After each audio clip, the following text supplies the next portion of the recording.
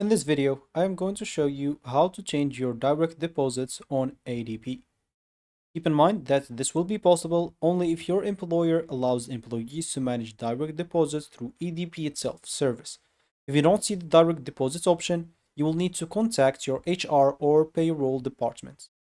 So first of all, just go and open your ADP, whether the app or the websites. And just then, go and log in into your accounts. Sign in into your account. Once you're signed in, you'd like to go and click on Pay and Taxes.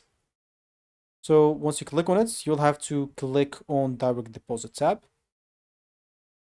Then you would like, as an example, to click on Edit and update your bank information. Enter or update your 9-digit routing number, your bank account number, and the account type, whether it's checking or saving. And if needed, you will have to choose whether this account should receive your full paycheck, a fixed dollar amount, or the remaining balance after other deposits. So once you're done editing the information, just go and click on the save button, review your information first of all carefully, and then accept the authorization agreement if prompted, then tap on save. And your employer may need to approve the change before it takes effect. You'll have to keep that in mind. And that's basically how to change your direct deposits on ADP.